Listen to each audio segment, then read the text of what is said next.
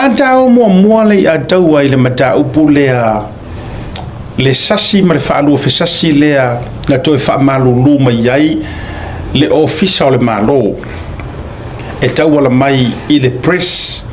secretary po o le o lo o whaaululu I ai le tūlanga tau whiso o tainga a le malo tūlanga fo I o le media ia ma tusitala ma le whaailoaina o whaaiunga whaakapeneta le malo e tusai o lato whaalawi loaina o le whaaululunga ua filifilia mo le matanga ruenga o le soifua maloloina le la ua tali mai ma whaamanino mai le mata upu le wapi o na nafi le na tupu le la fole na ai se me whai inga le ataua lo le announcinga ngafi fatu foi lau tala na saua le vaenga lea na ilo loto e whai but somehow pi ka ke aunga ka ai o mahatu le prokalame ai mua vai tunga o sea mai le apology ingai mi uke o ke karun pailo ioi ingai mi uke o ke what wala so long le lau fa marino mai I le tūlanga o recommendations man a o ai e ka kaunga ai fa maka e ka kau onga serious le mata upule o mo ko fa kamala la vol press secretary del malo wa fa kamala la fa fenga se se foi la fa pe on ka ka skolu pongi skolu ia po ka kai foi mo se lai kongo mele aba il ma mao yo o le si akra fa o le si ke le nga la a me foi la me fai ka o me kongo la vale nga kupu ko ya kupu foi ko lu me foi nga lu fa la do foi le ko mo ko me last minute e no si da wa ko ngo le si o nga sa nga fa ia me la nga me fa pengi fa mai o ia o fongo vai mengi ma fa mai ala kiki ingengu sida ala kiki aso e prepare mengi or koru faso ai kaunga vai aso ako inga ia wa mengi fai la funga ronga sa le ku fa ka ser CEO no me ku se o ave or miska por aso inga fai inga ia aba vai la le no go winga le se singa sia ki el mele o le o e sa le lo so no a fo il fa mangi ngol maka upulea il fa fo mai le tunu o le filifilinga o se whaurulunga peiar mea whaurulunga o le soifo marura CEO matofo marasir fia mele tunu ngā aru roa ia a doctor ai ono ele keke roma I le pāluka le ko i roa se CEO wa o yesa CEO le la sa va ai mai ia ele sui po le sa longa lua iai o le winga la whamitalanga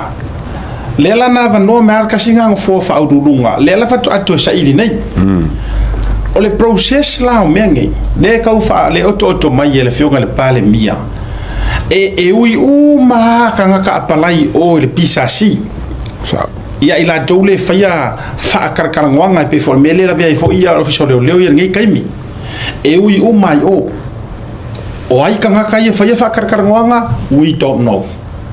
a le ka ke lo o pisasi e ila le peno foi leli e pe ko kolu e sa fa ia la ko ke now manga kua maior ko finga o CEO skasi de swinga nga sui kuila epa o so o ko finga ngi nga mangingo for fa mangingo nga kuila epa fukia walu this are cabinet elected or appointments kusa o ko finga ngi e kofi ele kapengeka so longo winga e ui ai le process e oi o le pisasi o nga interview lea shortlisted ma mea uma pe filifili mai ai roa leo ngi ka ngaka se ko rua pe ko kodu whakaika inga o nga amai lea e le pisasi por komiki lea o se recommendations o se whasa more lei e la tau te au maia se ingoa e la tau te fautua ina ai le kapeneta o le kangaka lea inga ua le mako whaakarkarangoanga o simi lea e mua le mako lisi longa lua mai misa longa koru mai Oscar whakeka inga ai e le whaia hai la kou le kari o le melea pau wale mea la koke whaia o le latou fautuanga ma le tua lalo e amai le kapengeka o nga amai lea o ila e lau ke whaia lea le faa I unga o ilo ke whaia le whai unga e fire ka pengeka ia le ko fa fonga ai ave ale ava no pe o le mingiska ta ua la vai su le ngsa ngoi la o longa ka ua le anga e kakau o nga avaku le fa ururunga e fai ngo fie o nga lue fa kasi male Makaka le CEO. na mana mingiska mana tua mai foi or mafu anga tu tasi le na fa malolo ia fast ai mai se afia me le attorney general le nga yai former attorney general to mana tua mai o le mafu anga ku kasia le nga lainga ngale fa wa winga ma river Onga wole fa ko ina fiame. onga foi lenga ke manga ko foi sa ke sa ele nga ke le io inga ke le kali inga fa nga malo le fast ele ma faila nga la ku lo le fionga sa fa pito nga lo lue ma se kanga ka e pei o yuka o le mafu anga foi lea na fa malo lo ai foi male ko fa o male ko maua ere kamai ka ile sa pule fa masingonga Ya. kasi foi nga oi foi le sa pule mo muai mai ka ile o waka le ngor sitinasia o le mafu anga foi le na sa le ko fa o oi pe ko maua ia nga va ngoa ai se manga ko foi e o kai mi e fai le fa ka ko nga le feilo inga foi le ming skama mar makanga ruanga fa masingonga ai ngofo makao file ele ia la kuai ele ia lu ele yo fo ile le famasi ngo fo ngoma sofa man ko fo ile nga pinga strike fo ile fio ai ile felo ingar mingis kamale ai wo uma fo marang kong kalaki Ha CEO minska. a o i or CEO e ka kaula mo ave mingis ka ave e famasi ngo o ma ave au fengar wenga e ka pengar felo inga mar mingis ka peka na fa ka ke ole ale winga le tau avatu vali variatu I ke fo fa se inga ni si au ko fa pe mai ni si va ai la yo le kofi yes e kofi ka pengeka e kofi ka pengeka ko finga ni Au ngai ngaro la kari o fonga o kule. Oscar Lales Ya. oi ai to inga le winga la tetala e alau e yai de ke le avangoa e fili mai o I ko ngwana o fa ko man to fo I ma to fa so makako kamaya sa kako paro ka uma yo se ile a mo e o kule se ia le a le via I madesa via ma komisinga o leo mo o ko manga ko mai fo na uma enga o faila ko filinga ma mai ma ko kat ye ngi mai ngui ko fe ma toi fa matala I feeling o meia le ngo pisa ko I lava ele I fa pe o longo nga mo I interview nga fai mo ia le la fai kalaku ele o longo nga mua e sa unga fa kula nga mainga e ku sai mo nga disa mai masamu e a o longo le nga longa ko mai de recommendations nga mai fa fenga o loa nga karangoa ya le o ia nga o mai nga filifili oi o le recommendations ale vaenga le nga fai ale fa karangoa e sa wela o lunga mai ya papadi mo nga disa ma fa masanga sa muiru ia e kuso le third option leo o pa ai au mai le ka pengeka au kasi ma ko e fai le feeling ar ka pengeka fa mausa di ai ele o pali ele o afa masanga ai vai ale ngoro ko mai le ngo so da o fa mangingo le vai ngali atoa e pule ale ka pengeka Ya. Ai ma se fa mo ni. ai fa mo fo ile mingiska Kara fe ngai le. po o ai le kangaka e mafainga la nga lu e fakasi la ngai le ka kaunga fiki ingai ele ka o le mela le toi fo ye langa o ma fa mangi ngo lau keli o le mela le ka ngia mai ile ya tau o le wa umanga mai le recommendation ale pisasi o le ala ele ifaya le ku sa po le fo umanga faile ai o fa nga le recommendation le alu le press secretary fa nga I Ai postilung ai fa ya le. ale le va ku le me alo ia le o le fisili la lo ma fo le atawa e fo le press secretary e fo inexperienced O poko la ngalo. E poko la ngalo la ke fa nga fa le le vale. le ngalo ke fa kwai a wa fe lo mai ma fanka ko karia pe fa pe ma dia ia o ngosi kenge le fa ko o si kama le fa ko sa we fa nga wenga o ren e neve se ka ke so lo nga di mama nga vai ai ka kia kunga or kanga ka oleva nga ku mai ar kai mokulepa palong fa kulepa sau ya fia me ole ha le u fa wa mai ai amakanga or fast il parmi ala audi ole ha la sa fa mai yo I fa karngo ya wa ho la ko nga me fa penga fili ka penga ka o fili la ka yo ku le pa fili le pisasi Nanga. Ya mang ko foi la oi le bingis ka ko pesa ile kapeng e kar kaiminga. Pe yo sili epa. A foi la lenga recommend mer pisasi. Ko sa ko fa ma o por le isi. Ai de ver kapeng. Fa ko le mingo na kakala. Wa ava ko foi man ko ava ko kapeng e ka kusa po e ka fike nga. Ai a fai o le final saying o le recommendation ale mingis ka. Yo que mo ko ka mi ko fero nga kali lai fa fokule ina nga a velo vet awa anga va ko fo ya sa o mu ko bingis ka yer nga kai mi va ko fo ya la nga va ola ai wa kam mai fo bingis mo fa ko ngori ar kule to o le binga la ya tante fa ya to ile ato se tai mi fo ile ya ona to mai le ole fionga ya vui o le binga la kala ele ka kau ya ke au onga kau sao kele mai le secretary o le press secretary by the way na ia manino le tunu te foto tau le pua malafo le ele o anga fili kulom ia fa mangingo are melea ele o kulo ele ese are fa ilo kusi al palemia ese le press secretary inga ia ke fuoko o fa sa ka uro sia kamadi ia ele o ia o ale ko kilo ma o lave po ngai le presekte abele ka nga wala nga ko finga mo ngai lo ma ko le sa o le press secretary la fa sa nga mai au ka for fa fesidi yang ngi a for ma fu anga ngai sa fa ya au ka fa ya e mala malele ya vui ya inicio o tulanga va pese kai mi onga join mela i rungo tatua por kalam ai o officially o ma fo se foi capaz de finga lo vui fa ma kai ka kaunga kera wei mare press secretary mal media o enough kuria pa fa se me o le banga ye la le mi ngai o mar kai mi finga nga runga mal protocol mal fa va finga me fa pingi kaunga lo le yes o faila se me ese mai menga ya I fa pela ngai fo pa mi ma fo ka pinga ka lo ke le lo se me po le nga makuati deliberate o me ya le o le ka ke fa soa e le me ka o le genuine mistake e mar me ka unga deliberately faile me le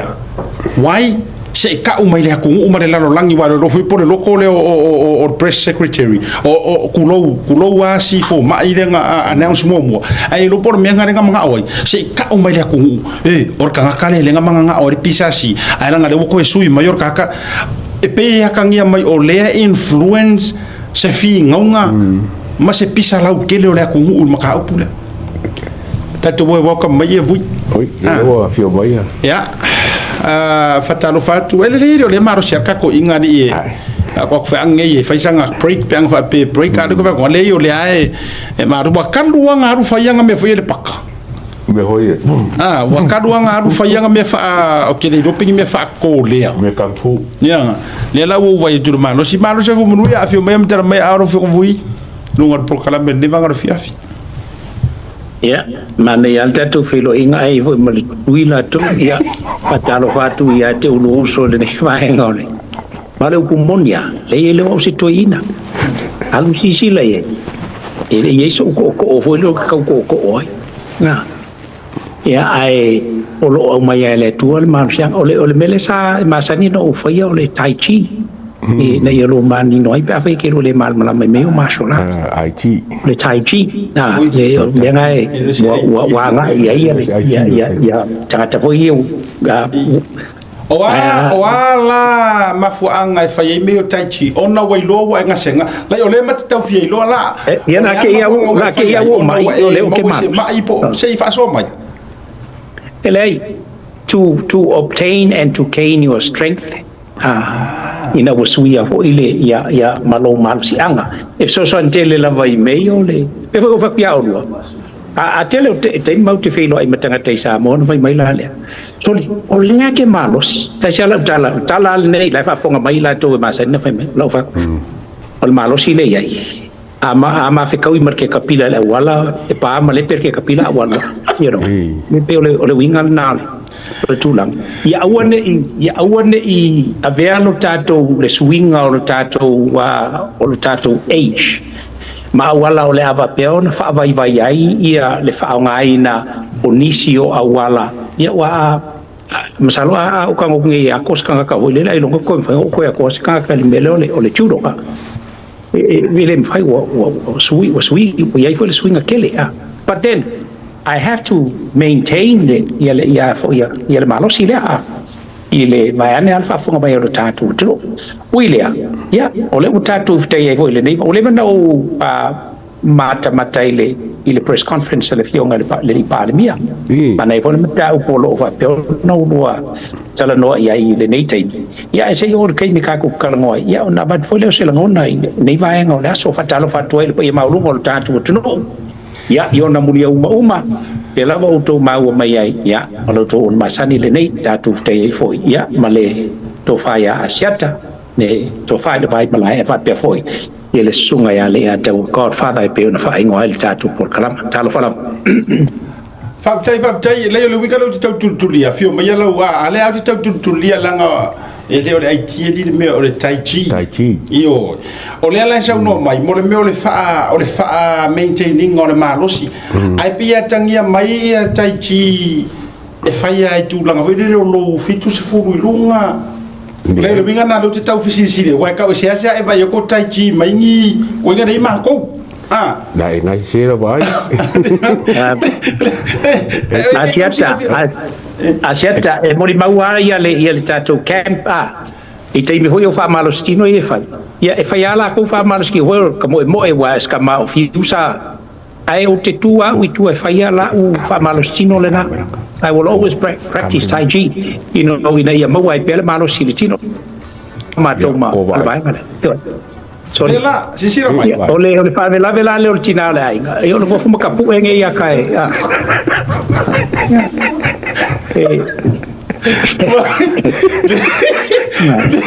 Te mela le go va. Na. Ayo. Ai te ringo e. O feilo ai se tei. Le lua so le o kenge. Ole mo ka. Se tanto feilo ai se tei. Ia ona. Ku I don't know fai atu. Na umalona fai na mea ia. Na umalona fai na Tai Chi. Sauro lui. Sauro runga marka maro fai. Fai aku roa venka. Ia ku iro marangu. Ya. Maro.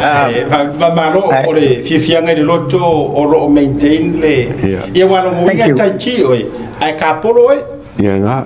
Yeah, my money. Rua mea foi lele e maintain ai pere rua maro losi ona o nga ngaifo o le soifua I rua tausanga. Ai tata woro tata issues ele awangi ka ko ko e fefore me le umanino mara. Yeah, atai. Ma wo ma foi ele to fatanga si sin to fa so ai me le waka ko wa. Ya e tata mai lo to nu to fina ngalo ma. Ole. Voi. Yeah. Ka ba ku ku ka mi le mo ko le wai asia ka ka mi ka ai ki fa pe a penge le ka ki fe le so rum ka pe la ka ka lo pe sa e por pisco I como no Yeah. Pero no la mo ma voi na yo so sa matu. Mole vui ele o to e te tala ina ni fera flo fo inga mata. Oh ya le voi. Ka ko sa ka ko ka pu ka tan noi. Ka ko sa ka o le pota to fa so le press secretary mane nei pa ela. O le upunge o pa ela. Fa ma ko se pa ela o sa si po se pa ela ma fai mare mau kingo. Ele fa pe fo tato to mo fai fa ma fa ma tau le pu mala fo sieta mali.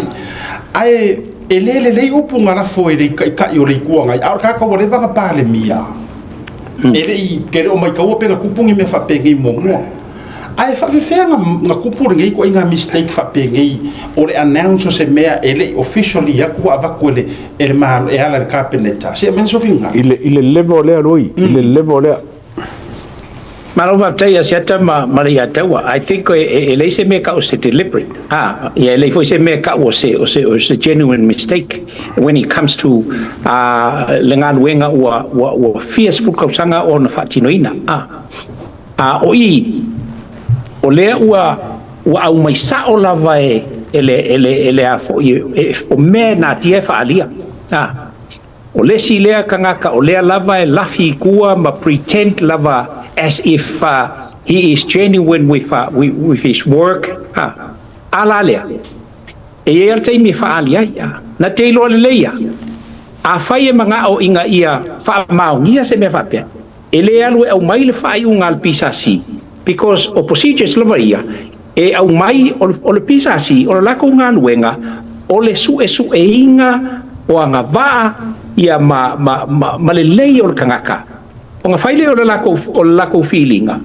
ya o nga mai lola ia le fa kwa e fai o me un mal kapinge ka o ke o fo ia o songa le lo o langa ke lo le lei ala nga mela o fai so ya ke ulo ia to cut the story short wa ia o kaunga find a new press secretary secretariat al malo enough is enough kai mo ngai wa kai kasi a mistake ma out fa yo mistake ya fa fenga mistake fa fiangi ko finga wa fai o lai sa fa ai ole a fo yo le fai lo kusi fa le malo I kulanga o soka inga ai le ufai mo fai le kala I kalafu e fa pe mai fa ko esembal kulanga pe o ngai le ai ala pe o winga la vam kalanga o le lava sa nge se ki lava ia ka ko fai nga malo ai okay yes come on ai fo yo o ke le fa nga le o ngai ai fa nga pe longa lava ia ai okay yes come on lava ai le lo e ia me o bela ngai ku le la u fa ma ila wa kan kunga ia bo fo kai mi an wenga ye retire ma fai si me ka un fai fa su mai si fresh brain con la ko ke ka leila ia pe unga e ka unga fili mai ia kama ma ku o le a fo o le George la ia pe o ai fo o Apollo ia o ai fo o ngal manga o kama makuanga o le George ka unga fili mai si e ave ma press secretariat al malo nanga o mistake ngai o kala al kusi le me kupu le nga falo o le me kongu la vele nga fefeu CEOs ma fonga ke ma miska wa ila ko manga ko o la ko ye le pule e fai mea e ngo ma fai fo le miska o ngai ke mi ngo falo ngo po le bakele nga ngo foi de CEO ma fai le kongu le si miska le lo miska le foi la ka o le limon mele I mo ngo fo press secretary ma fai le kongu parmia ai le ai kong so kai la o pe fo ringa ba se nom fo de le wa masang ye ia makanga ruenga ma miska e fo la ko mele le fai ko miska awang e fai mele a mi mo me so ba ye pe la e de ka o de mai ko kulanga ngai pingi me o le bangala ko fai ai le fo le fa longo le fai ko miska mai ya le kusi lenga fai ko rupela ko le ngara ko rupela ngai foi o fengi me le lo la ko fa mai ko rupe fa ron ko fa pe mai ya sang fo pe querido la el cara lenga fai wo vai ya email ia foringa mai wo ma sang esi o mele o control minska fo la fo inga menga ya la ko ole si ngalo ya la to e su mala to o le vanga CEO ya ko lu o le vanga CEO ko lu pe nga ma ale ma ta upulea I feel for le sunga for mai desa sele lenga longa so fanga la ua o le peto o le tule e to tu lo ile foi le ko se mai yare fau o longa le menga ku ai mana tu mai what a feeling le kai me sa we se announcement la wa sa le announcement who knows fusi ya ku ro ko rua I o cheers mai lo fanga ma lingi ro makor fia me o fa penga I moments later I ko sa wirunga se fa malu lunga fa penga I makuranga fa pe kalu ile fa kamala o me ye ka nga ro me ko ola ngongor ka ngaka mar ma si wa me fa pengi ya ile pala le ma ile pala kala ana le na tafai atu o ango e ara ngai kanga kai ngai mea ia o te lefa pe o te fai atu le amre tulang ata vai foi tu singa tanga te fai mai sa moa ia e lau mau ia mai ai mare mau kala ese fa mai e a o aile aisa ele nga mare la inga ia foi tanga te fa pe na la tu tala nei I tele o nei tanga ta e fenga ruenga malo ai a ku kupu mai la me fa pengi o le fesiri la e kau ke fase se ia la upu e fai mai ngai o ai aisa o ai e fala au fasainga ia wa e paunga ko inga me kam info ilele e ongo make ese obvious mistake fa pengi e sa ole alo lo fita kano asiata wa o nei vai nga uma and I think ole ta silia le ona onga le wa sa no asiata o la ngona o tangata lea na ia faalawi loina mai ai le o lea le fai unga wa uma te oto le kapeneta ia le la o le ave ma se vaenga o le a loto ti ngai ia le nei tamali ia ile fai nga malo va pe o fa piko po le ale le tulanga I know for fact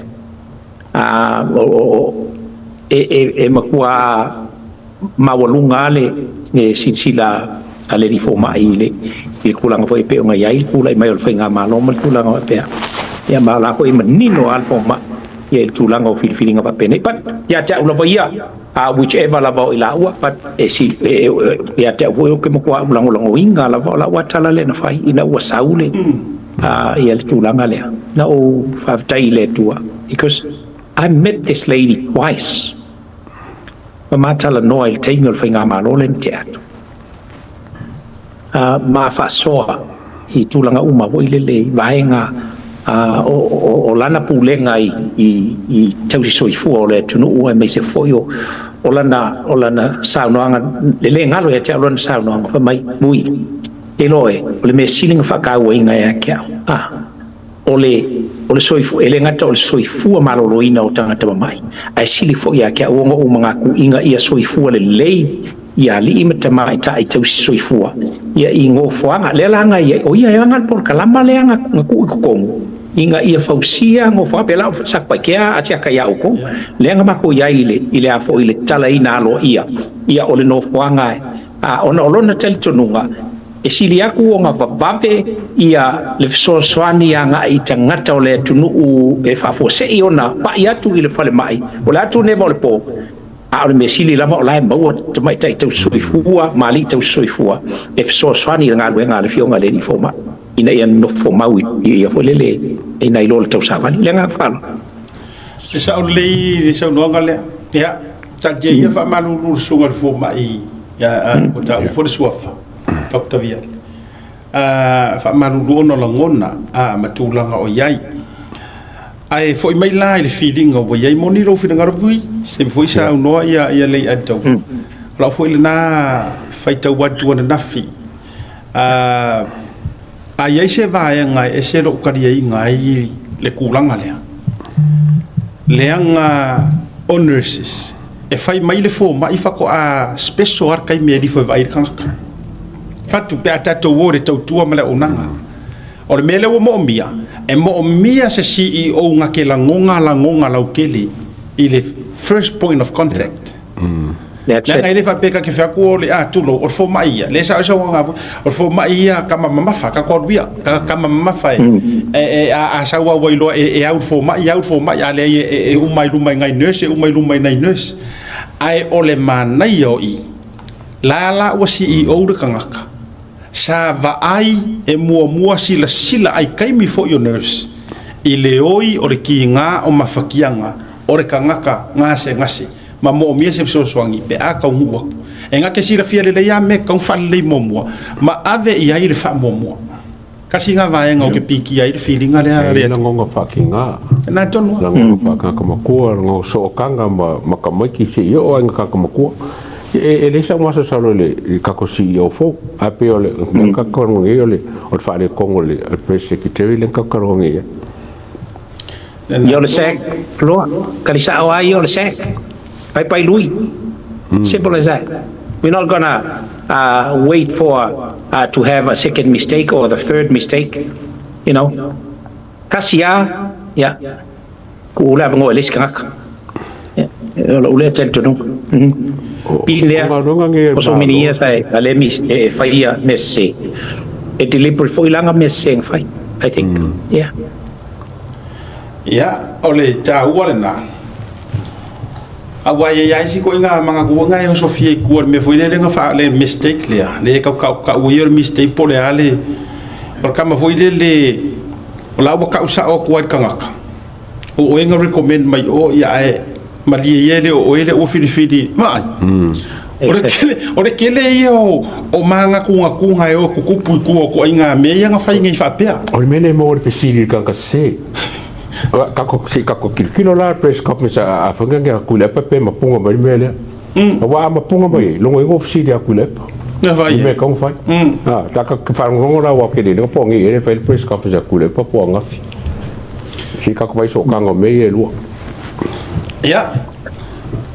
o te lor te lel na foi la ua salani le fionga le lipa le mia se lau pasenge ka ko CEO ele tulanga o ye tatu le feeling fo ile le malo o le isi vaenga le ana to e fama mafana nei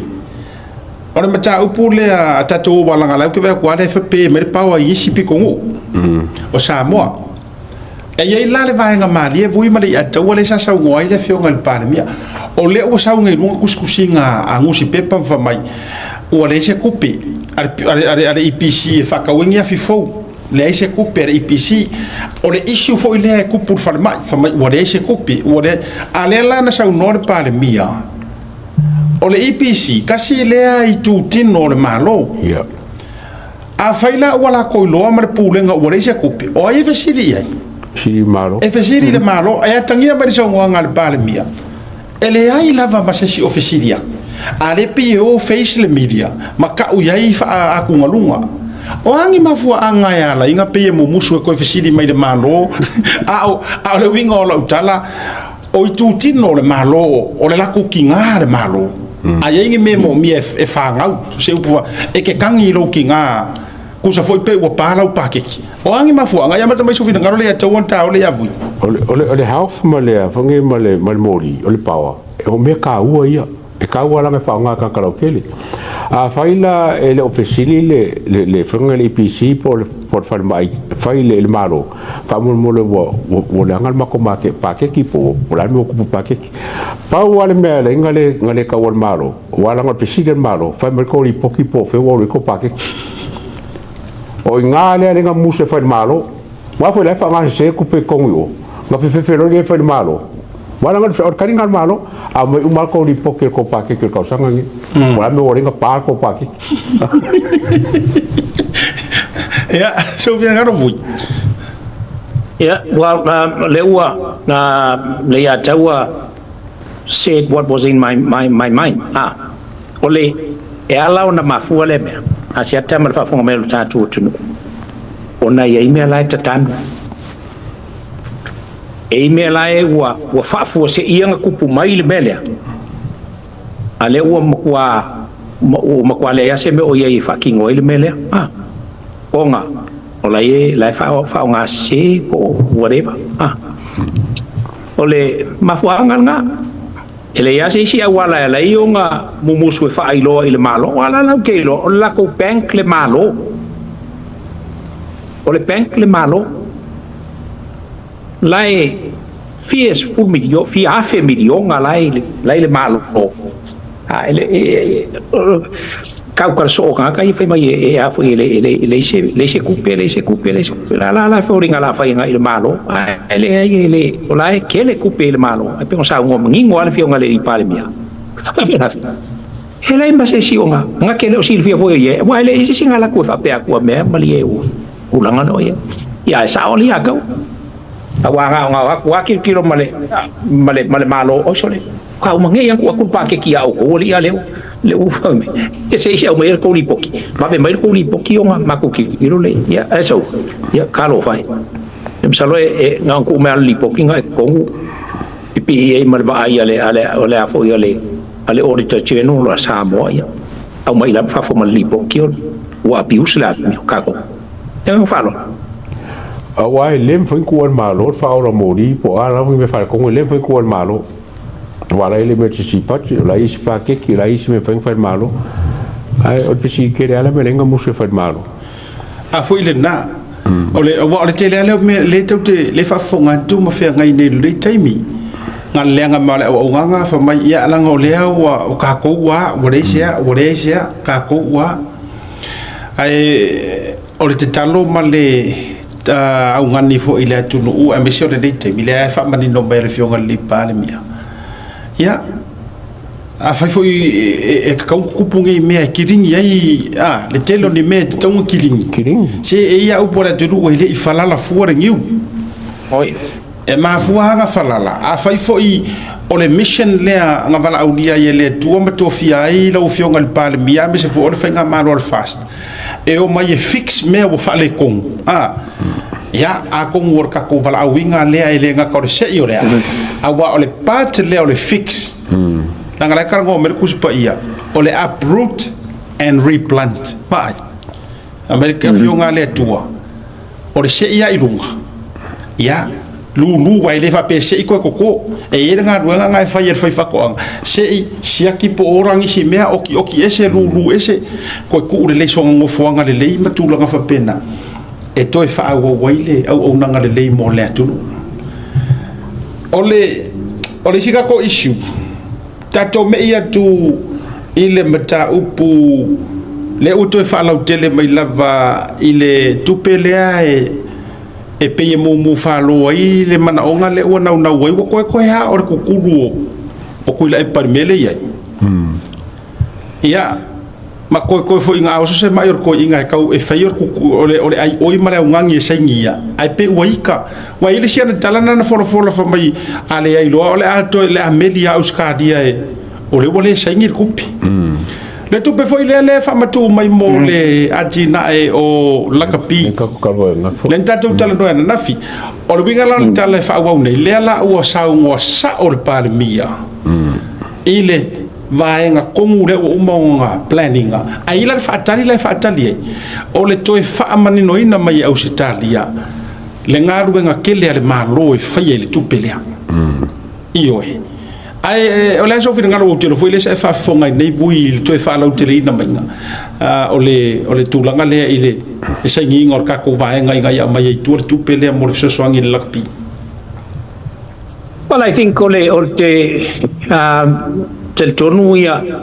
o le pe fona sa no madino le fionga le ni palmia pa wala ko pole nga va pe uma sangi palmia nga melo ku pe avisa o ile nga avisa o le ia pe sangi palmia al fo sa lo ku pe nga i o ile le yungi la kapi yeah, which is o me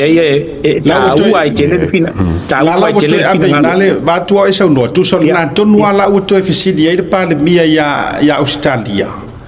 Yeah. Le ngo le wo ko ui mai le malo. O le fisili la clarify. O le ale pata le malo sa mo e play i. Pe a ka ngu mai ku pelea. Lo no winga ya tangia mai le wa sa no vui fa mani no so fina ngalo. E a ka ngia mai. A sa ko nga me foi le nga e sa ngia ai ave mai o la ka pie fa ya. Mai mo ko. Lo winga la e ka ke vai nga le wo mo sa ngor ka e nga ke de fa se nga me. Ai a mai le fa mani no nga e saingi e oe mai ke ler ko pat ko ke polo fa so inga i ma ko vai inga mo le o la kapi o nga la le fa ka di se clarification o mena el na to wa pe no wa tala no atu asiat wa ila wa fa lo ku le sa no nga le fi nga le palmia ya na e tau o mai se la ngona pe fo linga mai o anga masangi e saingi palmia sa ku pe sa alu sa o ile yung ila kapi pe nga masangi ai paten o kupe ngai ele se kupe mai ile afo ile yung ila kapi le ai pe ile afo the world rugby le IAP yes ele se kupe mai la ko therefore esa wala la ko wi o sa o wa le yung o afo le mother union nga i yungi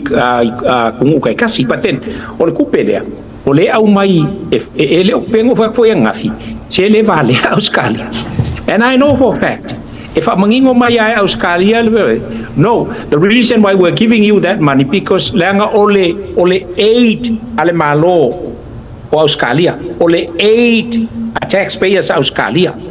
Longa winga. E kuinga ku ilalo e alu ilalo aid sanga ia kumoku wa kawaki ai. I ole purpose lava. Ya ngole akinga ingole la kapio. Therefore, you are so responsible. Mo fa nga ingol upelea. Ya la nga e uya ko ya ila ufionga palmi pat la foi nga malo. That's what I la interpretation nga ya kulang ai pe nga ya ila nga fa lo. Sa lo la ba ko nga nga sa lo fa pe mai Australia le ka nga sai ngia o ya sa le le palmi. Awangi ku wa ia e ku wa ia nga fa nga malo. Onga o se fa kau kala fa yes ka ko lo le ya o fia kau sanga o fa kau kala ngai ka kai ya upele ku me se foi ole ai api I vai nga mo fa pengi. Yeah, well, we don't want our prime minister inga ia fall ia I se kere prifa pe lenga fa lo no inga le ya tau so fina ngalo o le la o fa ta o to mai ya le fioga le pale mia la natali Yeah. o la natali wala nga le usa go ko ngwa voi le si pa to so no ngal par mia a mai ai ave fa nga se e le ko ia la kapi e ko ia le alo Malo. Yo wa kau karar malo. Ai le kau karar malo le kapi. La kapi malo. O fa nga ngali. O le si me foi le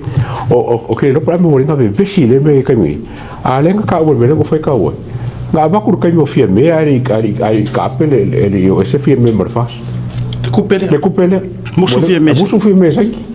La me ngalenga su musu fie me. A ko me la le ka se le fa ko ko fie me le mi la kapi ma fie me sa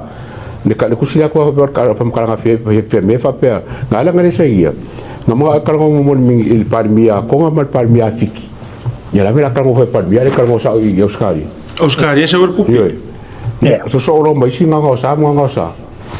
Ia le la ko po mai le o fafa o mai lungo o fonga o malo fo le sin kai pu la vale. A le wo ka sanga karunga ko po mai bel. e menga e lo ai asiata ma le atawa pa pe ka ko smart por ki ku lepa but it's a dumb politics you know ola ki ai because langa ke lo le leia anga fa pe o ia la palemia se mangu e enga ke fa ke ai me va pengila ke lo le leia pe o sa ngoia ya fo ia le atawa o le malo o le lakapi ale la ka ko lo ngi sole se ol por ki ko inga le ol ole mo valvaliak ya nga falo ya ole ya ja voila a saula le kadi Australia ya ona o tulanga ya ele ni back up questions for ye feeling ole fio gal pale mi so na finangalo pe a lu nei ai sau e ser family no me Australia no lu ni si back up questions at tano ai a fa fela pe a wale wa bole fo file assignment ya le wa vele lu ya nga I yungi kai kasi ia o ko fa kulanga ma fa se swinga simple your kadi o e swir ko pot pulenga a fa pe ngi wa sa ko fesili se si fa penga a fa ya ku ngai or kamalo ele fa ngaru ese ma se mea. What's the next possible plan? Sa ko fesili ese si fa penga de fo ko pa mia pos kurong penga ya ka ko ngoya la ka ko ye possible plan O le mo kwali fi fa ku pe ayu fa fea o ngale fa kurikula e pa mayungi ko se furu ba le po ngal kofi ku pe ko va fa fea ngale mfaile e fa ngai yungi o ko di po a fa ele mfai yo no kwali fi fa ku pe ayu mai ole ako ele ai lava sa mo le vanoa tulo sa o tele noa voi male atawa nai na mo le vanoa fa ma di fo ile sui ole au malosi le al te patasi le taitai au te le alo lava na mo le ava no te fa soa a o nei malanga le na malanga mai champing ya kurfikua malisi o walula I le po muri matu fa soa sunga fo fa fenga o winga la fa metalanga o le matua le ai se tupe ma se sosoani o avatua anga ikua fa awale development o lakpi e la kapisa mo le lakpi Samoa ole saunoanga no tia ila le loto fa pe mai a ko sila asiata ile sao o kamaiki ale paka wale karango ala vai ke pakas a sila ile sao kamaiki ngei ile 7 sale tunu wa pe paulo le au le tele le locos wa tato awia sulima ke le inga fili yaku ave vango kamaiki me fafo ai vai le sao le te patasi po ole kamaiki ale paka ile fai kofi ko la oka se sao inga kikeli ya e name ko kele Tom Yosefo fa solo mai ko kelo ila to na ta alo e fiai ma tamiti le temine o fa foi fa niko maliko a tamale va a pelu mari maleano ano ai fa mai tala o le telo ni so tamiti o yai mana o manu anga tuma le ai mangi me o moa usa aku se siku oka se afu ngi fo iku malo le fai le sao le au Samoa ai le ngi me ka meki o mo le ngi kupele nothing le se along le ngi meo e kusa o le kang yala ko la ko rima develop la ko players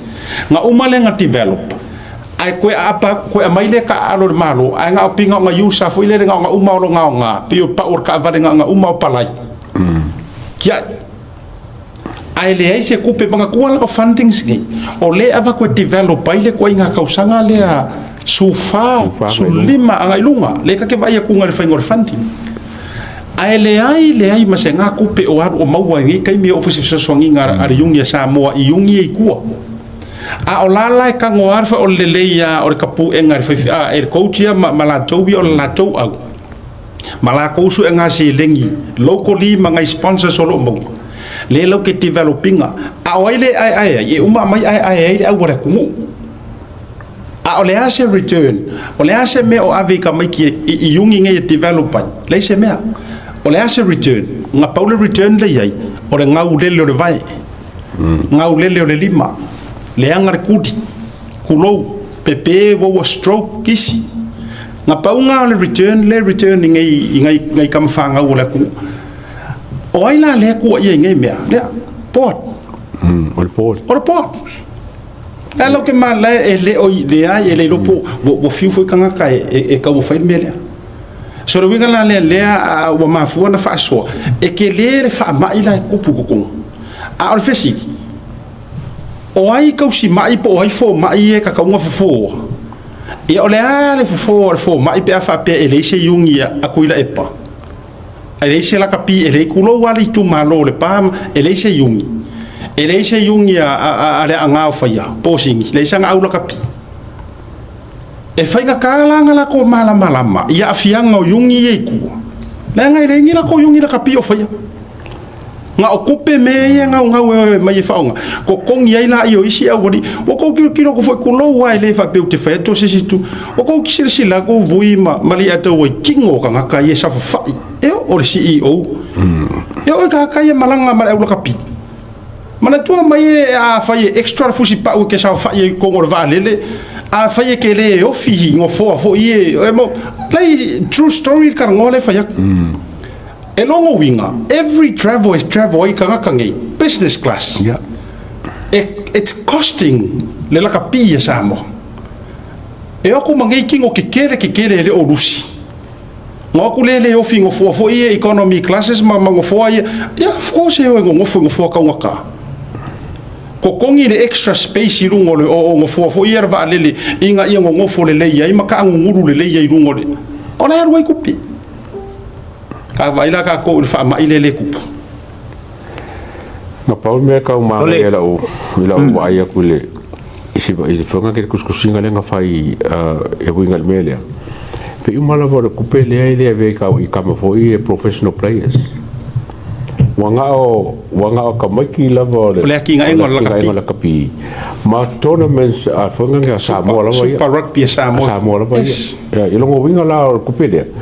le la mo mele for sports insurance mo fo mai mo ye me fanga intaro I kama karo awa langi ngau le vai ngo fofore ri se me mo le nga ko wa me fanga rin ka musu ka maki ku fa karo Samoa le sports insurance ala be ka ya ru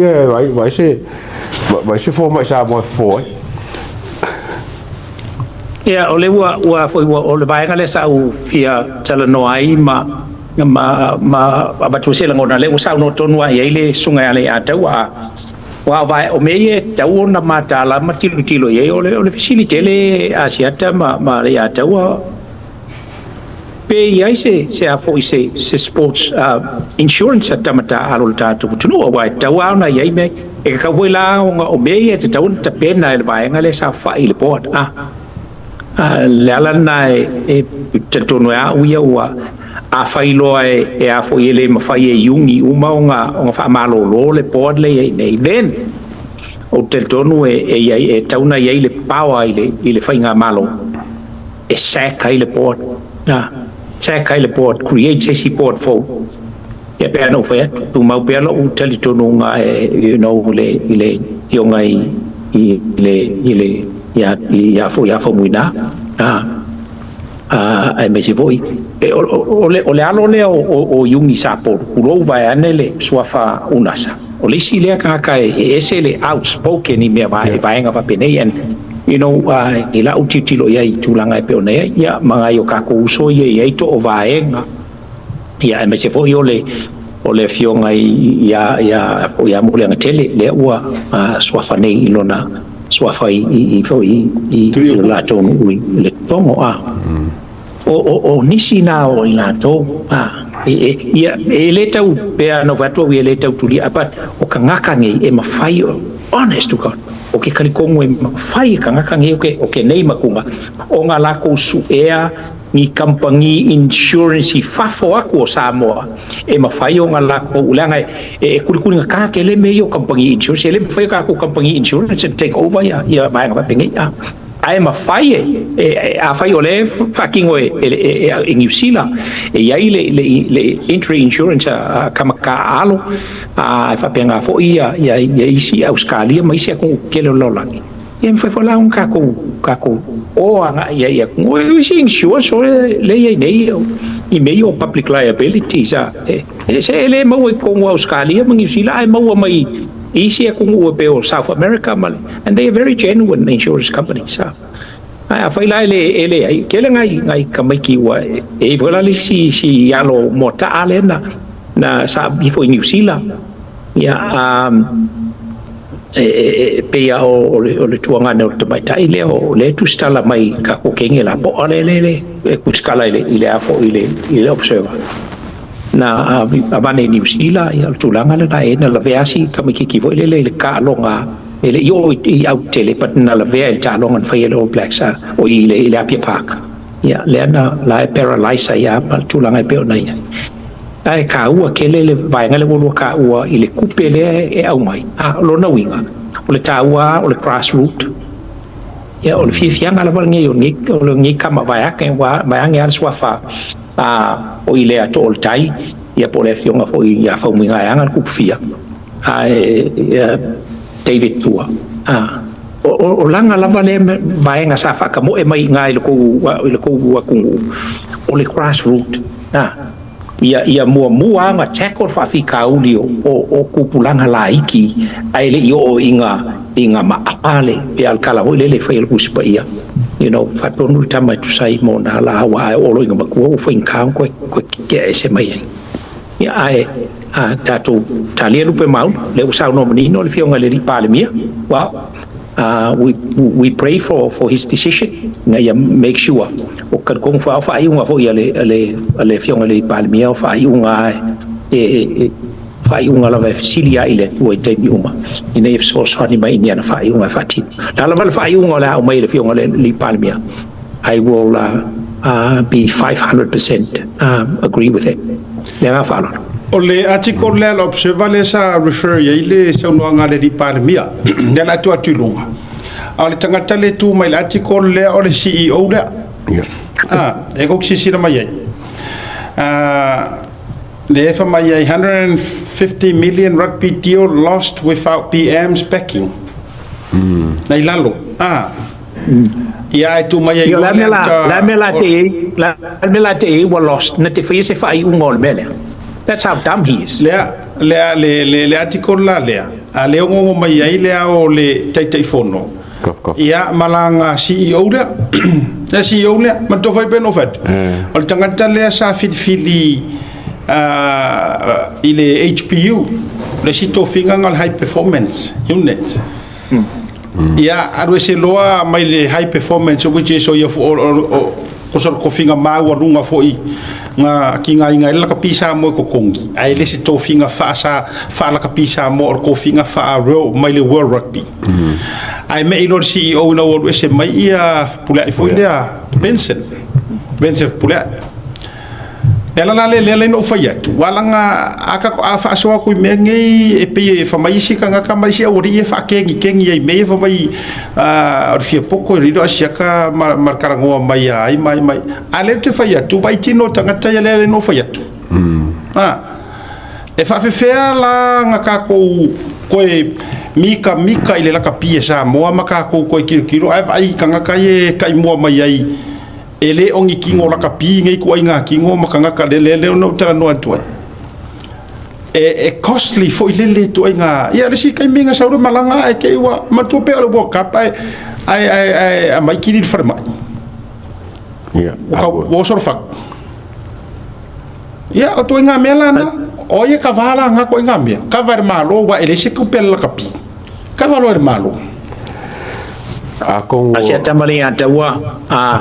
o so stangata e tautala ile upule na fa me o fa fia poko asia kamar kulanga pe o ngai maka kai o ngai lo ai e a foi mo fa valea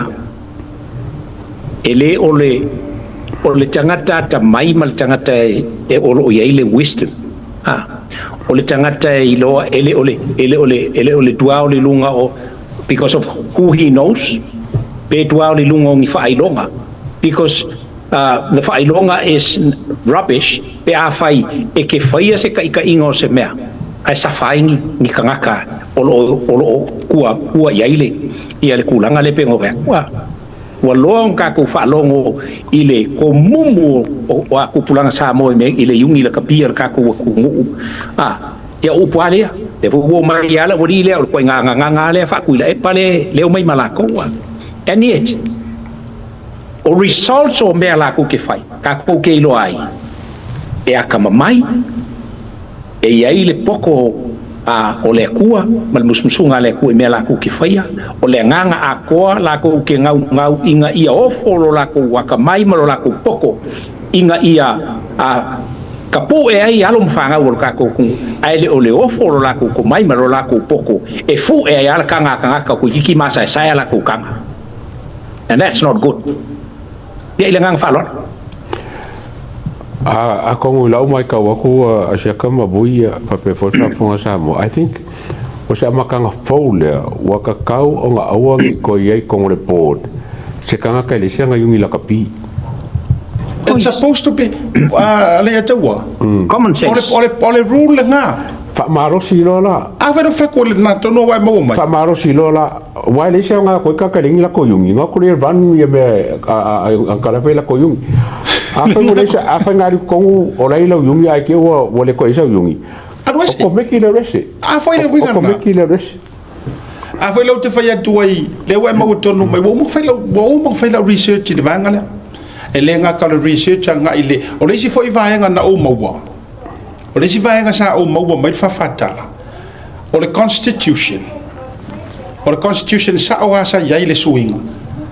e kai fongo ina wa vatu o mali lie vatu tu ile e pa fa te fono fa mai le o le tala stasio si nia sa ile port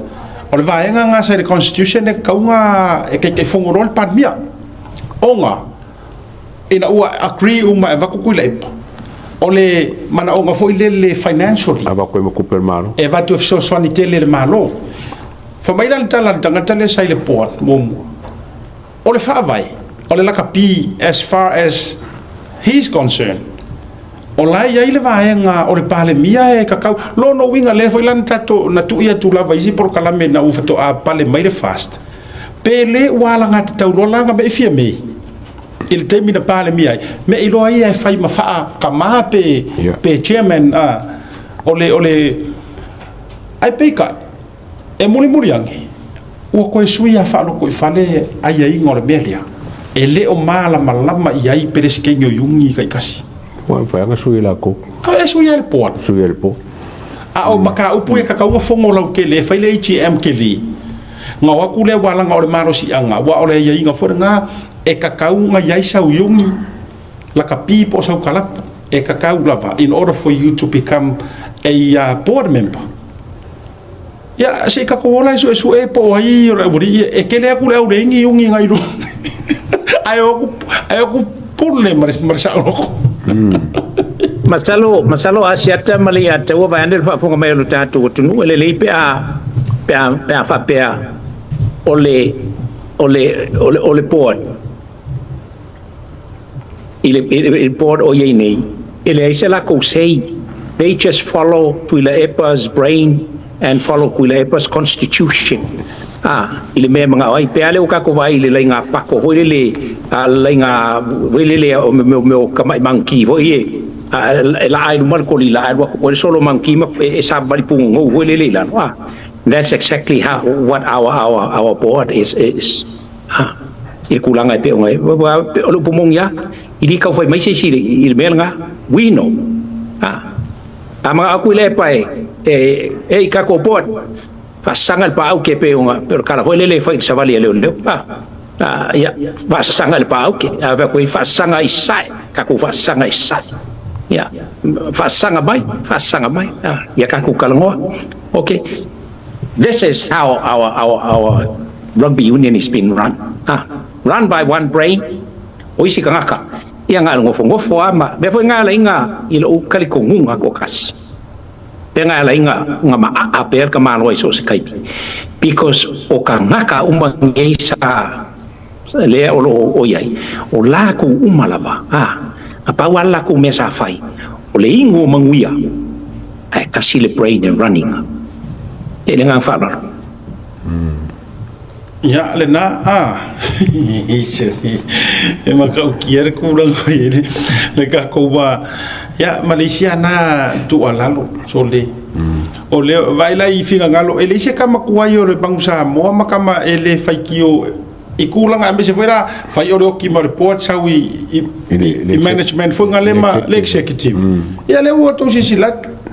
CEO ya sawi isi ko o kongi kingo ko Kengi ma report. ya nga tu se pe falling mai e ma fonga musul ko inga e ma fonga musul ko lai pa ku kama sa o nga kingo ma kau kinga le nga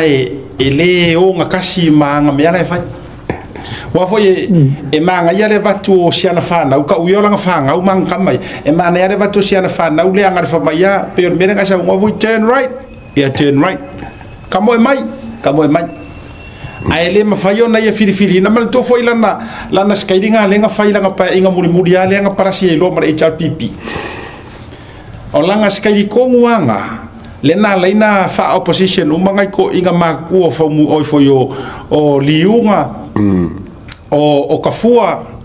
ia maluelu tafua lena vele pa magor pa inga muanga lenga makua pa le muri anga le pasasai ro ilalo ai avatu to tonu ana tama foi ele e fa mayo como faz pipa ia lenga le wak bore ko vai kong langa vai nga kong wanga va fa mingiska wa foi wa le toe wa musu ko fa mingiska pia fo ia ko kero au mako ko sa ia wai ele sa wa ngar fa wa ma ansa pe wa question e kanga langa langa leadership ia ngo foro fa opposition umanga kanga ka langa ya va nganga ai kongi mai kongwang kama fowia lenga ia ile si lenga paka lenga ile lenga ia ile si dang kama le wanga le aru ave au malanga ya uskadia ele lau manguia solo mai le ave au malanga e ora fainga ma rolen ki aku ngei administration of me ia ai aru ave malanga le waru fai malanga ka apu ngwa fa vai kaimi ia ore siang kama le anga ki fa o official fa masingonga ia sa mo vui e o fi fe kauia ile suilenga ia war ka mor ko kuma ole o fi fe kauia ia wa e fe kauila ia la kala le ka fa ku angafi e po kala ko angafi wa umanga fa ile kala ma nu ye Malaysia mo ko ira ia ku ilo nga ka vale ai mako ka vale ai swafa ia le usau ngofo ngei wa le ka wa pe usau ngofo ngei ma ai o ia nga le nga ke ngua ngei ia kelo nga le nga kupulanga la nga wo kal ngoi kele o afo nga ka yo mai le sanga au mai ya misi la ko kupe mai kampangia nga mai le o mai fa nga ngai ai le misi kupe ka malo mai kampangia so wo kai mi ko inga ka keeping e middleman sa wai kulanga pe ngai ave sa o ngai fo fa bai o ma fio anga ia kulanga pe o ngai ai al vai nga le ngai sa ngoi ya sia kai vai nga umala mangi soli em kwa ma ofa so o kai mi wa kaunga nga amaka nga alu le clean up pe au ka fa longo aku le sa nga palmia ai le lo peke ya wa alu le pai nga le ka sanga fo le amaka nga ka sanga wa amaka lo nga don't be afraid to sack the people who are not honest with her because there's a court amo i one fa yellow case because we have got all the evidence here menga e wangi popole fo eva pe ka usei umal term ole o pai mala fai makui ma seve no that was me I will just say suma ile officially te feska ya nga umanga fai okay I'll give you 24 hours to pack all your stuff and leave simple as that le mga umie le ko mga umie ka kala ko ke fa kongu falea ia ku pele ku uma me ko kingo le ku e o ngi me ale malo me asamo dis ngala nga mga kumai ya ku fafo onga o kanga ka samo la ye kanga ka e ka unga nga ye kulanga pe onga ya asia kamale mal kulanga o kulanga ba nga papengi ya ila nga fa lo ba ngi fa fo bel tato to o kai mi ka wenga ya ngei ka yao le si yaso ele o ngi kanga ka le ku mata wale male afo male wa commit a ko la ku kanga ka inga ia faia mele lei a wale mangwio o sa mo mala bolongol mangai ya fa lo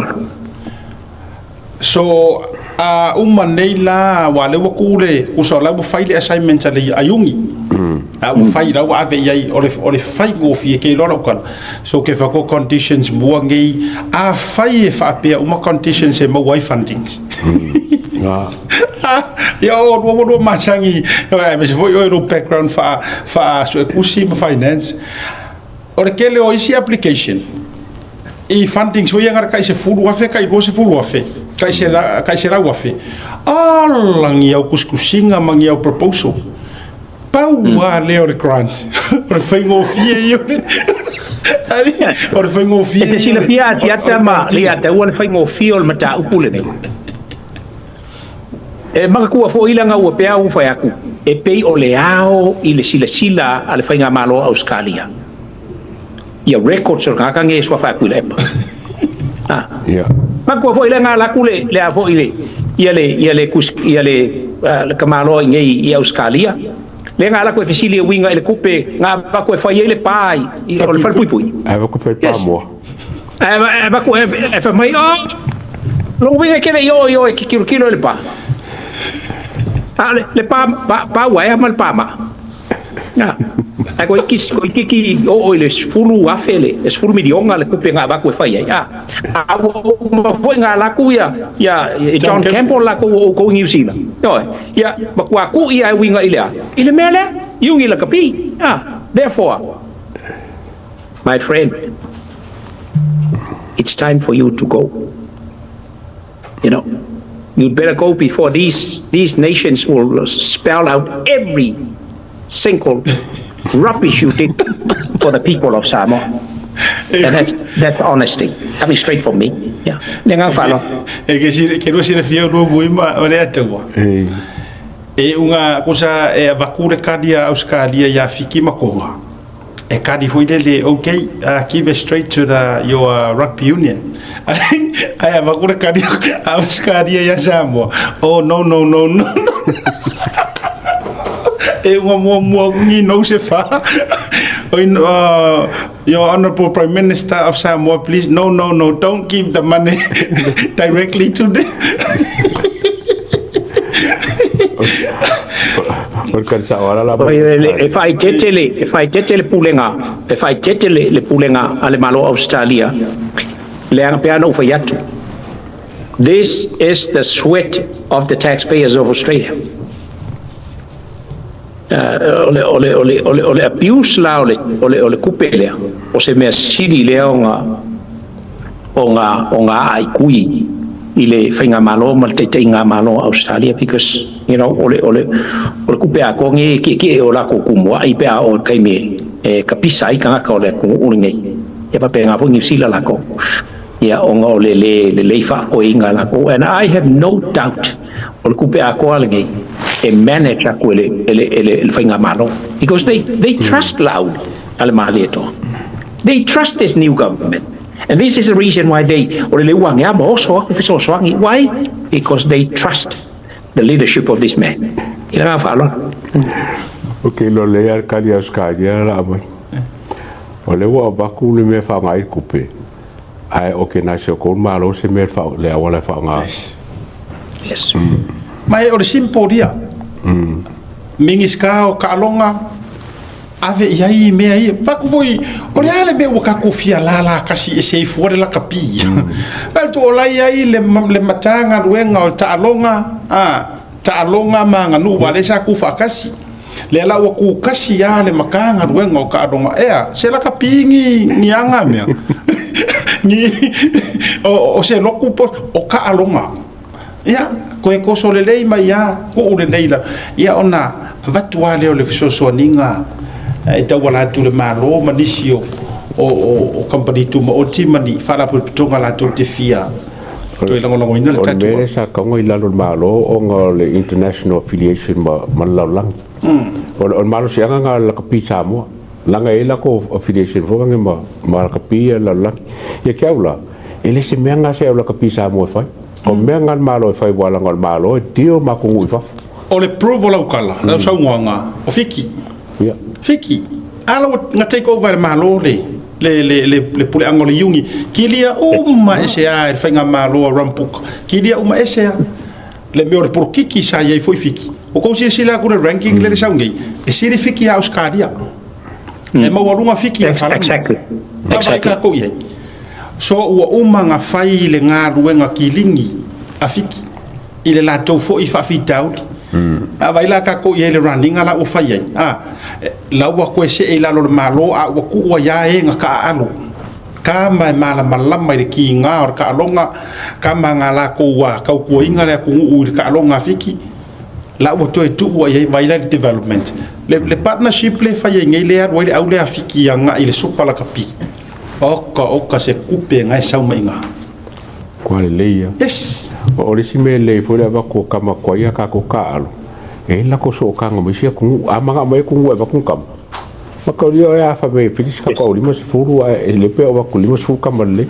a o nga su e mai kam ka alo sia ku fa ngo fia nga be ka ku kam nga be ti ba lo mo sia ku malisi va nga le tau mavui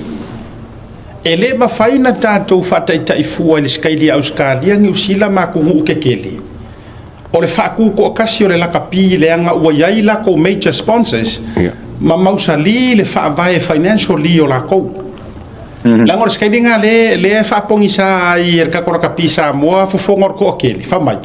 e au fu le affiliate mai le ma le ai ave pe la o ka ko ko uia le ai ka ko e le ngi ka ko Nike e le ngi kulo ka ko sponsors ke le fo ngai le rely ai vai New Zealand makua secure for life le All Blacks ma le Adidas.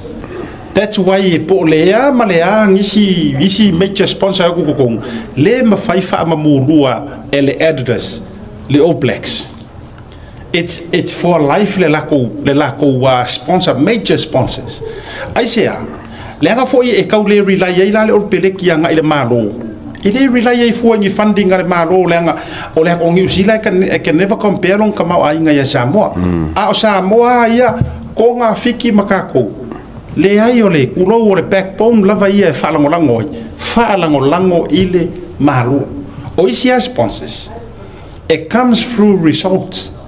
O le mafuanga lea la ingo mai ko kongu sponsors ke kele. Pe a deliver e au results mawarulunga. Vaya fiki.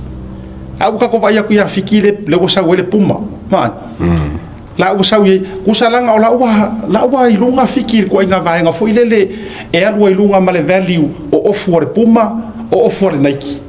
E fa kau ka ngaka o ngol mawarunga ole. Pe yer mere sa ka ko mangusamo. Ma fia o ofu uma ka ngaka i offer mangusamo. Le anga o results e fa moe le o ako sponsorship o ngor deliver ka ko results o ai se Nike e fia sausi au le ko kiki kau ke faya inga ya Spain kau ke sa ili mai ma presio le la kapi o ai langi kampangi e fia o fia o fun ko ginga angi au e kau sa ili mai le nga ko no fa ko nga paula le fa moe le fa nga tonu wale na wa tauna o le whainga tonu ana na wa tauna i ele iuni laka pia o le tātou tunu. Wa tauna i lalo le wha malmalunga le malo i teimi uma. O lona winga e a fo e a pointa le poa la tau ia a wha le tonu ale poa. Lona winga e ai ia le malo si anga ai le kāpeneta. Ia through le a fo whai e le kāpeneka le whai unga ia o ki liva role i le mingi ska o le wa i le mingi ska ka longa. Ia o ia ngake momolia le ia le a fo le malo si anga lea. Inga ia aua lava nge koe ka alo ai se ka ngaka vo ilele pe i folinga o se mea a ia malonga a inga markulanga pe o ngai ai a ole kulanga mongia nga pe ngo vo inga e sa mo asiaka ai ba o kai no ia fei ka ko ha ya Michael Fay le ka malo fei Michael Fay e se le fi o kam ha se le fi o kam ai kai no ka malo ka ya nga ngau lo wa ia ku a sole manga ia le afa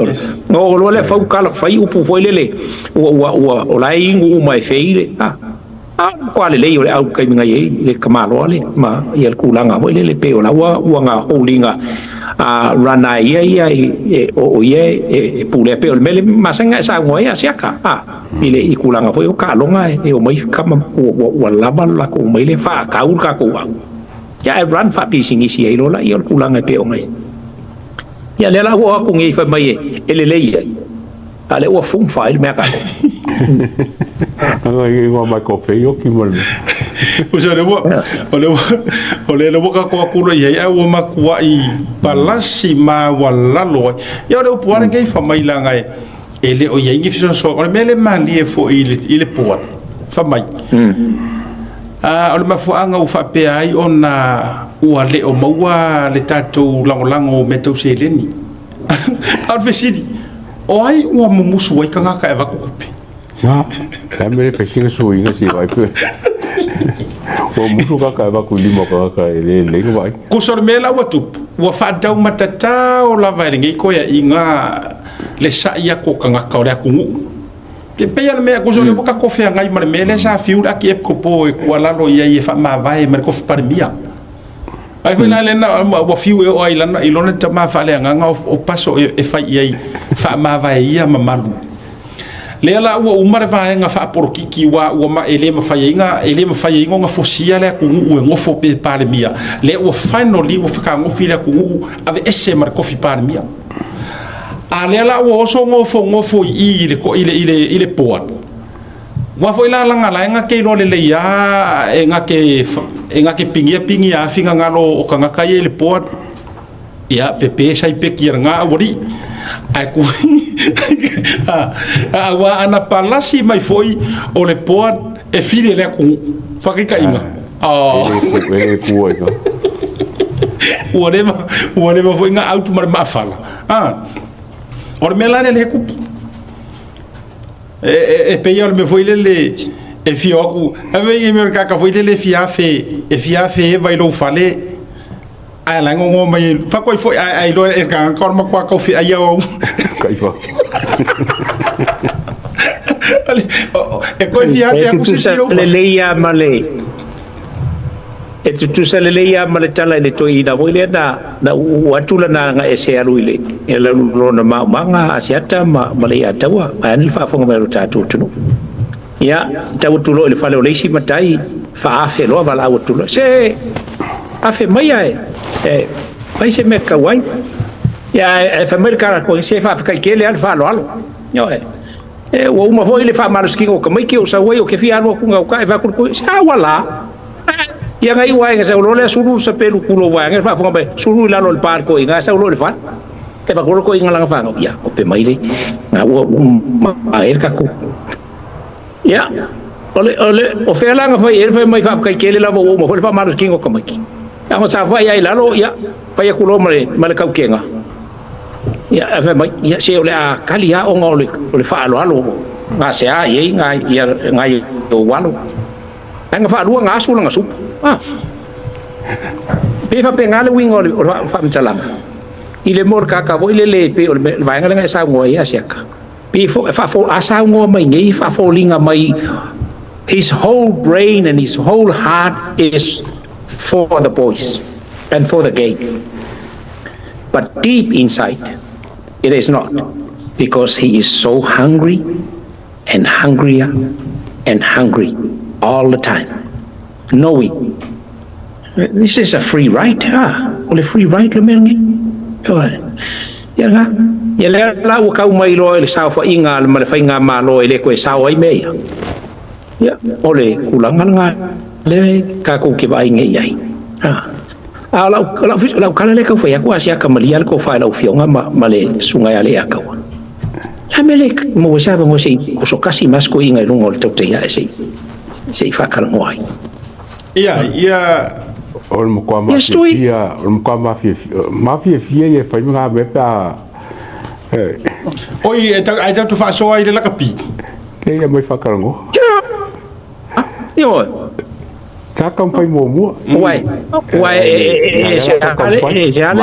langa media lai sa mo fo le e fa ka vale nga ke fa ka vale ho le media e se la le ka mo ilungo tsa ya e ila ele mili fa wal ma ka ko ya fa kwa o lua ya mo lo taimi ile taimi male taimi bai e ko ya fa fi kai lo pe anga ko fa ko le ya le fa ma winga ma ga le lo wa ko kai mi e ku la ko ma so le ko amusua fa ko fa ma si wala va winga ngi ki o ko ka la ngwa ko o le wa tatala le o le makua wa ko ma ngai foi la sketto se Christmas interview, special Christmas interview berko inga. O lela te tala le vanoa. Ai o uia le taua mavui. Wo lor kadi ko inga mo mo sa lunga fai. Wo lor le. O te le lava tu sa alo manatu. O te mana o fatala noa face to face. O no le tu. O te le mana o na sa wa luma wa ko inga nga fa ko inga foi le nga mea. Lai masauro i lunga wala ika o lai le fia mai poka la me markele o bango voile nga kuri mai rang kama o fonko e sa o fai mai nga su o te popo e au vui le mai moanga le tunu wala o ko inga ye sa o lunga fai mai kara le fe kawi ko ya o pomoni ana la va ye ta bofo ye fa tu fe siri ai sa no lunga ma o mai mana vango ai sa o lava ma sa o matala le vitau ayatea tala le vanoa a professional Q&A makua i welcome that le fa pela manaya le o le open atu le aya ja a moa mai ma we panga la ka bise malanga ko inga a mai kongi ese fomor ko inga sa fai a le to iyo nga manga ia pe yo me alo ia fisanga i mata le leima ele le alia ele ya se si fai vai ko ngo live mai ai ko anu ara ko mi se pu ko ga a foi o le anga na ngo mengi o sum la foi na la ina o tele e fakar ngo o rimongi mangkama ya o kede manga fai ngo sum langa vatu a foi le te wai uma te wa o tangata ele lo popoi ele popoi ke uma le fai menkara le fikawi kango filo libre sum e te moment ia na oro la ia le o lato tangata ie pe va ia ya la o pe ni tua o no oro le matala i mai la le ngale la ko ri mongi para vale rumo le ori ko hat ba la na le no o te lo le ya winga ia e a fai lo ele ma fa penai ile mai ane fa fonga mai ele tunu i lunga ole taimi o lai e fa fonga le tunu umta po ile tunu ia moki yang inga ile kau safari fo ifa ma ele sa e fa ma ia na ole mai sa fai ele ia se me foi le pole ale me tupu ala e sa fai mai o ka ukaf au ale ala na ele no fa tu man ia le fisanga i mata I fatal no ngai I love that ai a fai mai lungo de sum o tele mana o ai wala ngal ko nga me nga umang fai mor kara le fekau ke ro ka mo presle live le walu ese o sa o ke ka vale a o ka ngo su e pe ma ka si press conference kulepa mo wanga ia pe ko mi ko mo wanga ai mo ko ngwa me le complain dai pe mai ia o po kala manga wo kwa bala ile cha pipi ma nge fa ngal po kala manga ka wo hey la mo ko lo la fa lo ke mi le winga la nalo fa tu vui o te tale mana ia lo vinga lo o se avanore lei ai o te le mana o ilunga o le melingi wa fengo fie fa ngar kaka e yar kaka ngar far ko inga vai ngaro la ko mo fa nyau kara le ngale uri e ko e se ro o ia mat pokala va al mangi vo ngar ka sungu ngaro la ke mi ele ta ubalea I o lua ai sili ona mama tangata tau iaima me se foi ole oh by the way a foi ole o winga ngale ya fai ko inga o ai foi o fui mo nga pakasi ia mahana ya o se a foi se sponsor mai le New Zealand e foi con i men passe se mai le equal economy at least ola wo fo ye we paying you fair que sa way a te sina fia foi vui ya o lo tana nauna pe ana fa pe o to mo lunga le value o to ina yo la foi o nga e sire de ku me nga ku pe fa le ka ko kiri si masinga I ro le aru yo la o la se me al makaukia la ita te fa tan tania se te vile le sa ya e sa way lunga ana selen ya ona mau lo se va no e a se foi ele o ye se sa o cara les kambi ki sa va ele se makaukia kele ka o mai fu ale nei taimi wa uma o le taimi ana uma ilona taimi le lua fe lua tas na drop ma wala lo saka fe lo le value pe ar kupe saka fe lo le value nga ke mi nga ka la mas fu ia taimi la nei fia pixu se wa ele o lua e a foi ma fai ona tata mai tonu wa ko inga ala kulfisiria nga kamilo la ile I America Samoa ia kamilo nge ia le paka sa welo la ia lu sa vai fo ia mi mongo ma polima fo mai fo akali ko au mai se kali o te visia le o lua wa a ka kamilo lo vai kulepa o sai mai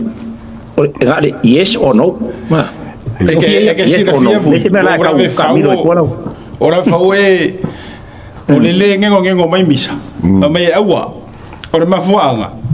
fa mai fi we mo iru ala pero fa bo awa lo mo la cosa si ia kali me lo su causa na kalwa o te mara we know that we know his response he's gonna reject it honestly he's going to reject it, but you know, it's just a thought for Lily. Kafa baro fingalo. Ke mo fa onga kongia ka ho. Lai mana ya mai ia fu o I ro ke manga oi. O I ele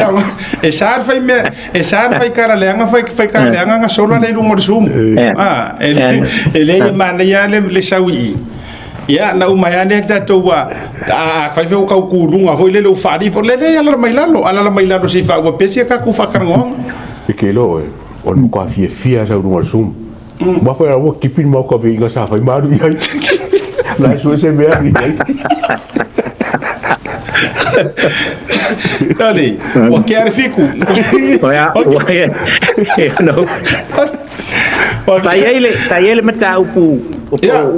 le na maua mai you know salope o le vai aso ile tulanga foi la le e pe ona ia ile ia le whaamsinonga. O ilea le sui palemia ma le tūlanga. O ilea le ua ua out mai se whina ngalo le whaamsinonga la tū le tūlanga le. Ia but mana ia se i o atu i le bae so fau. Ia se i o kaungua kuho i New Zealand po le lava se aso ko whaile kuo ke a whea koe o lua. Yeah, kako kalangoa I lei ngai vaenga because there are a lot of things kaunga brought up I meia o ngai ele ngai kauhoi kako suea I makau pungi le ngai se ala ngonga la ko ke mai se foi meia kako ke lo o evidence kako ke kwa malo rosia kako ka kikilo male bai inga Ele vai pegar lá, mas ela com ngonga papel lá mai because ele kauanga bangingo mal malamar ka ko email malamai ele vai pegar ngo foi a criação da firma just because they are judges that doesn't mean that their decisions are all holy tatou fa'asoa ai le mai le fai aso le tua io tatou il vai aso fou ma au le tau fai o tula utala foi lele ai le ivatuana I wharinga muli a tatou whamawai vui o le mana ia foi o le amai o le toina pe ai o mai malau fionga I ka ko fai io e wafui lele a tau toina a kau ko inga ia o faku se feka ngofia o rua ele ko kau kupuranga mar ko inga wa feka ngofia ko rua ngai ko ke rua ia to fa sa e foi de ele au ngale definitely it's a promise le kaimia ma waila va no sa waia ko inga ka ko ke interview I will pay my fare to come and join the panel honestly I will ma lai fa tai ke la longa o le tai mi le e mawai se ava no e fatara no le to ina le ato o le tai mi foi le wa mauti no o le asau e faina na fa ma vaenga pa ma vai ma yungi ma le por ma foi pul ma tai le chapipi fa ma vai uma o le kai mi konguanga io ai o le popolenga e le au ngare sa voi le fa nga e fai atua ini sia na fa olo ataua ma tulanga fa pena ar mana ia e oro le temi la fa ma vai ai wa fa pe mai ole mo fia I lo au mai sa mo fa ma vai nga sa ro le runga ia tatu mai lo le tau ma vai fa tasi ma to ina ole asira sila fo ila la ku I fa ro longa tau te ia ela fa ia I kai me mai la fa ma vai nga ku so yo ku pu ma o isu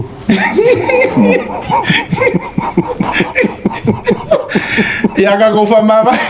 o ve ko ai fam ka go fe no mo wera weekend voi aro fa tele atu God bless tato fe ai vai so fo likewise ia va pena tai boia